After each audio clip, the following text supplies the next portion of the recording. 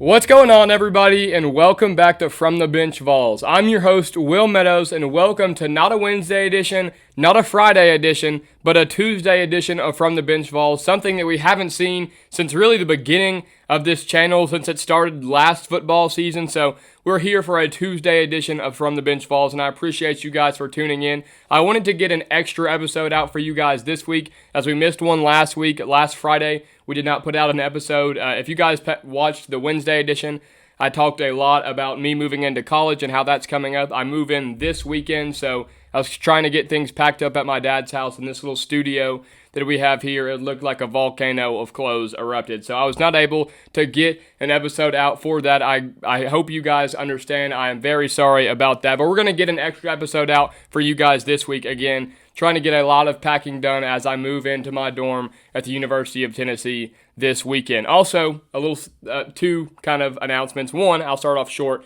I'm not a Braves fan. All my good hats are at my mom's house right now, as again, I try and pack for college. This is my dad's hat. I am very much a Red Sox fan. I know some of you guys probably know that. I've talked about it a little bit before on this show, but not a Braves fan. Just needed to get that out here. An awesome hat, though. I have this in the Red Sox. And then this right here, we have a new mic stand. Going to be essential to the next setup that we have at the dorm room, so wanted to go ahead and kind of get a run with it, see what it looks like kind of right here in my face instead of having, obviously, the stand right here where you usually see the mic down below. But just two new changes, not really a change, but just two things, disclaimers that I wanted to try out. Let me know what you guys think of this new mic. It's the same mic, just with the cover and a stand, but let me know if you guys think it looks clunky or you guys aren't a fan of it, but let me know down in the comments. But enough about myself. You guys did not join in on this episode of From The Bench Vols to hear me talk about myself. That's not what we're here to talk about. We're here to talk about Tennessee football and fall camp and some updates, what we've seen,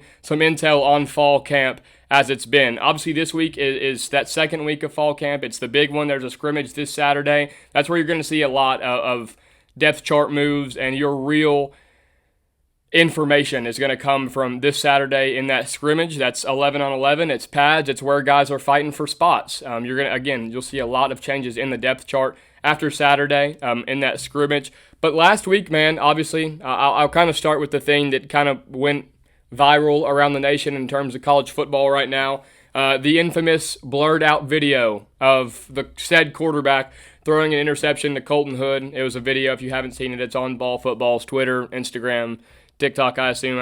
I'm sure it's on everything. But it was Colton Hood in one-on-ones against Mike Matthews. It played great defense on Mike Matthews. The ball was severely underthrown, and it was a pick for Colton Hood. And for some reason, Tennessee didn't think to cut the video a second shorter than it was. They decided to blur out the guy who threw it. And that's, a lot of people took that and ran with it, as people were saying that Tennessee was scared to let the nation know who's throwing picks in practice, as if it's that big of a deal. Everybody throws picks in practice, but sources kind of tell me that it wasn't who you think it was. I heard that it was a trick play and that it was Miles Kitselman throwing it. I think it was just a dumb decision by the media team in general, man. I mean, just cut the video a second shorter. He was in it for half of a second. That blur was in it for half of a second, and it was the first second of the video. I don't understand that. So much could have been avoided there. But yeah, I heard that was Miles Kitselman. It wasn't a quarterback, so who knows? But I've also heard not the best things about the quarterbacks in general. And that has nothing to do with that video. But I've heard that the quarterbacks have struggled to connect on deep balls. They are overthrowing a lot of things, which Tennessee fans seem to kind of be very familiar with in the last few years. Obviously, with Joe Milton, just had an absolute cannon. And Nico Iamaleava, a name that a lot of people don't like a name that a lot of people don't like said, overthrew a lot of people last year. We could not connect on the deep ball consistently, really, the last 2 years, and we were kind of spoiled with Hendon Hooker, because, I mean, he threw one of the prettiest deep balls to date in college football and really the 2000s. I mean, it seemed like he connected on everything. But they're struggling connecting on those. Obviously, a lot of it's routes on air, the stuff that we're getting to see, which is not real football. Again, I was talking to Eric Kane the other day, and he was saying a lot of people will go watch 10 minutes of routes on air, and they'll say Joey Aguilar looks bad. Well, maybe the coaching staff told Joey Aguilar to work on his front foot and make sure you really get into the ground and stuff like that. And Joey Aguilar is worried about that front foot the whole time. He's not playing his best football. I mean, that's what practice is for. Anybody who's played a sport could tell you the same thing. Practice makes perfect. I mean, obviously, if a lot of coaches say, regardless of the level of what you're playing at, if you are looking perfect in practice, then you're not practicing the way that you should. It's a time to mess up. And obviously, there's not going to be any grace for the University of Tennessee. People are going to jump on that wagon of hating on them as soon as they can. Everybody was saying that they were releasing practice lowlights of Tennessee. Like, are we serious, man? It's dumb. It's all fun on social media, but Tennessee kind of seemed to be the talk of college football 2 days ago with that blurred out video. But again, quarterbacks, I will confidently say that there hasn't really been anybody who has separated themselves to start this fall camp. Again, this Saturday is really going to help with that. That's where you're going to see 11 on 11 for the first time. And granted, are receivers and quarterbacks not looking the best right now? Yes, but this is the first time that all these guys have really thrown together in this setting ever. Obviously, Joey Aguilar, this is his first real practice with Tennessee. Jake Merklinger obviously has a year and a half under his belt with this system, so he definitely obviously was not a first-team guy until the day of the spring game. So that may have something to do with it, not trying to give him the benefit of the doubt at all. I mean, we've got to be better. And George McIntyre, obviously, I assume that he'll be redshirted. It's going to be very normal that he makes mistakes. But again, I don't think anybody has submerged themselves as the starter. I truly think that they don't know. I know most people want to say that it's Joey Aguilar, and I'm one of those people. I have said time and time again that Joey Aguilar is going to be your guy, but I don't think that anybody has made strides to become that clear-cut quarterback one. On the other side of things, the receivers just they don't look that special to me, in my opinion. Obviously, again, people only see a little bit of practice, but they're just kind of struggling to make separation with these defensive backs. And granted, Tennessee has one of the best defensive back rooms in the country this year. So you can look at it from two sides of the field. You can look at it saying that your receivers can't get separation and that the receivers are the problem, or you can look at it saying Tennessee's defense is just that good. It depends. Is your glass half empty or is it half full? I think it's a problem on the offensive side. They're going to have to be better. There is a very, very thin receiver room as it is. We've seen Chris Brazzell already miss a little bit of practice time with an injury, and then we've also seen Mike Matthews is starting to miss a little bit of practice time. He's just day-to-day. Shouldn't be anything too big, but in a room that's already thin, they're going to need to stay healthy. And receivers being hurt has been a proven track record at the University of Tennessee over the last few years. I mean, Squirrel White was always hurt last year. Jeron McCoy seemed to be injured quite a bit. Cedric Tillman in that last year of Hendon Hooker was a dog, was supposed to be your wide receiver one coming in that year. Granted, he was very good, ended up going to the NFL, has done a fine job in the NFL. And you just happen to have the Blitnikoff winner on that team with Jalen Hyatt. So you kind of didn't realize it as much, but Cedric Tillman was always hurt. So it's one of those things. Dante Thornton could not stay healthy last year. So Tennessee has a proven track record of having injury-prone receivers. Hopefully that's not the case this year. I'm not saying that it is. I'm just saying that I hope that it's not. They're just going to – a thin room. It's, 6 or 7 scholarship receivers on the roster as it is. And then Boo Carter is supposed to be a depth piece for that position. Excuse me. Choked up on my words there.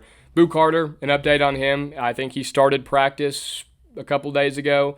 Again, to start fall camp was just stretching and kind of running with the team, but seemed to be back in on practice the other day. So a lot of good things on the defensive end. I'll kind of stray away from the bad things with the quarterbacks and the receivers. The defensive end looks incredible. Jackson Moy apparently sounds like quite the leader in that locker room. Tennessee, you can say a lot of things about Tennessee, but they don't seem shy of leaders right now.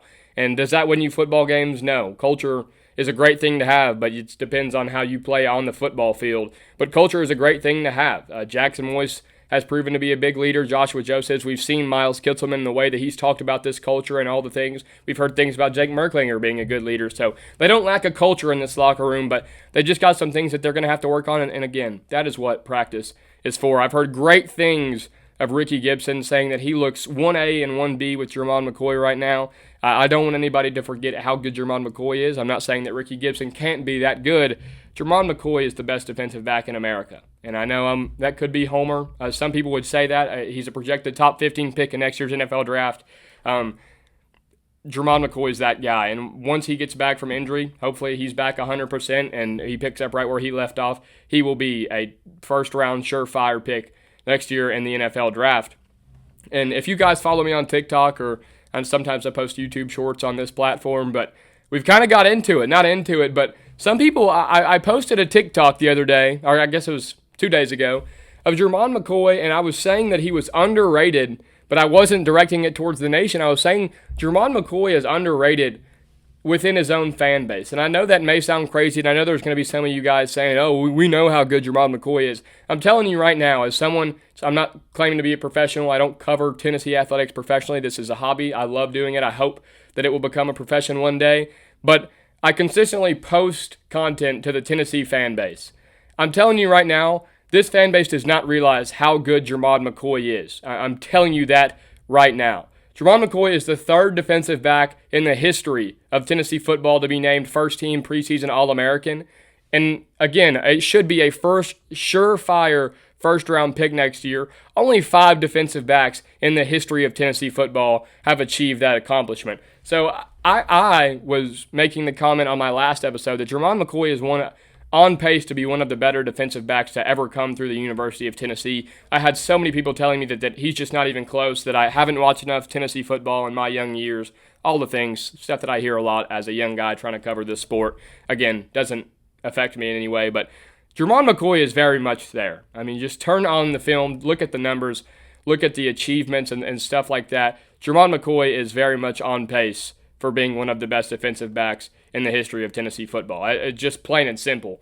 Whether he's marketable, whether he's your favorite player, he came out of nowhere last year at Oregon State, from Oregon State. Jeron McCoy is on that level, whether people kind of realize that or not. But that was kind of my rant of Jeron McCoy. We're here to talk about fall camp. I get pretty passionate about it, man. I don't think people realize how good he truly is. Just with how good the defense was last year, I thought he was the best player on the defense last year. The defensive line got so much credit, and rightfully so. They were incredible. With guys like James Pierce and Omar Norman-Lott and all that stuff, I still think Jeron McCoy was the best player on the defense last year. I think he's the best player on the football team this year, and it's going to be huge for Josh Heupel and staff to get him back into the lineup. But like I was saying, heard great things from Rickey Gibson, heard great things from Colton Hood, the transfer out of Colorado, a very versatile piece in that secondary, can play some star, can play corner, so can play some slot corner, played corner last year, opposite of Travis Hunter some. So some experience in the Big 12. It's different from coming from like a mid-major or something like that. Colton Hood is a dog.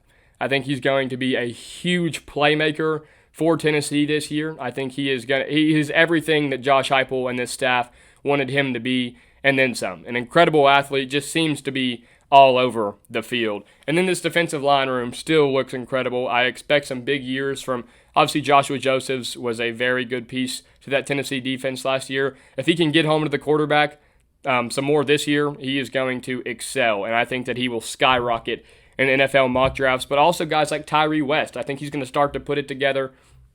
Jackson Moy was a guy who they wanted to redshirt to start his Tennessee career, and they couldn't keep him off the field. I see a big year coming from Jackson Moy. We've heard great things about that defensive line, and I just think that they are going to be a force to be reckoned with once again. And another guy on that defensive side of the football who we have heard incredible things about, William Eanes, the linebackers coach, has spoke so highly of Edwin Spillman. Again, not to bring him up again, but that's Eric Cain's guy. If you guys watch Locked On Vols, which you should if you aren't already, he loves Edwin Spillman. He has spoke very highly of him since he got to Tennessee last year, was a redshirt freshman last year. They thought he was going to play a lot of snaps last year, dealt with some injury throughout the year, played a couple games where he played a lot in that last Ohio State game, but William Eanes says he's on the heels of Arion Carter and Jeremiah Thielander. He's a dog in that linebacker room and is going to be, he might not be the starter on the depth charts, but he's going to play as many snaps as Jeremiah Thielander next year.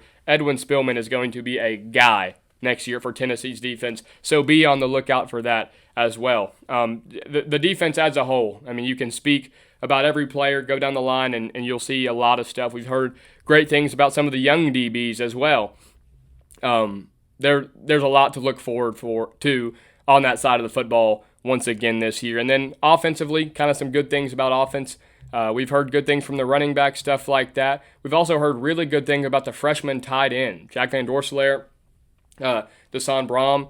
Those guys seem to be picking up perfect in that tight end room. Obviously, Miles Kitselman spoke very highly of those freshmen at SEC Media Day, So I think those guys could be key pieces to the offense. So then the freshman receivers, man, we've talked about them time and time again on this show. Travis Smith Jr., Rudarius Jackson, guys that, whether you like it or not, because it hasn't been very common for a freshman receiver to come in and be big in this Josh Heupel era, they're going to be big this year. They have to be big. They're going to play a lot of meaningful snaps. I think Travis Smith is going to fit in perfectly with this offense. I think his play style reminds me a lot of Dante Thornton, a long receiver, a good athlete, long legs, explosive. I think that those freshman receivers are going to take big strides, and they're only going to get better as the year goes on with them being so young. And then another guy that we haven't heard too much about from fall camp, but I just kind of wanted to implement it as we're talking about those receivers. I think Chris Brazell could have but a big year, a big leap, kind of like we saw with Dante Thornton. Dante Thornton transferring from Oregon, obviously not Tulane, but Dante Thornton kind of a mediocre year in terms of production. His first year at Tennessee took a big leap last year, in my opinion, was the best receiver on that Tennessee football team last year. So I don't know. I'm not saying that he's going to be the best receiver on this year's football team, but I hope to see, because again, the receiver room is so thin.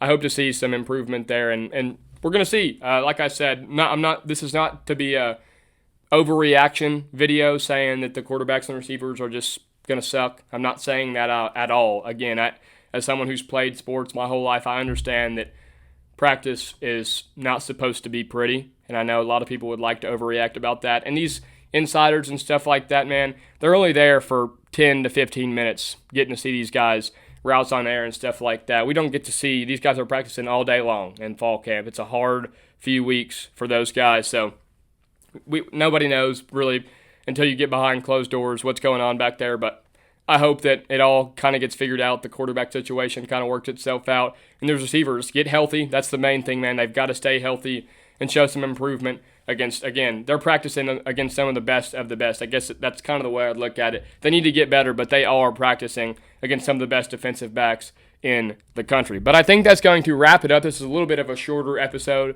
for From the Bench Vols, but again, I just wanted to get another one out because I missed one last week. But so I will still see you guys tomorrow, and I'll see you guys on Friday, and then that will be the last of this beautiful, beautiful setup. Again, thank you to my father for this awesome setup. We'll be back next summer, but we're building we're going to build. We've got kind of a mock draft of what that setup is going to look like in the dorm room, baby. We're going to keep it going. It's going to be a little smaller, going to be a little closer to my beautiful face, so I hope you guys are okay with that. Not as much production around me. But so 3 more episodes, counting this one, for this setup, and then it will be a new place, a new setting behind me for this From the Bench Vols podcast. I appreciate every single one of you guys for starting your Tuesday morning. I know it's not normal with us to release an episode on this day, but I hope everybody has a great rest of their Tuesday, a great rest of their week. I appreciate you guys for joining me, and go Vols.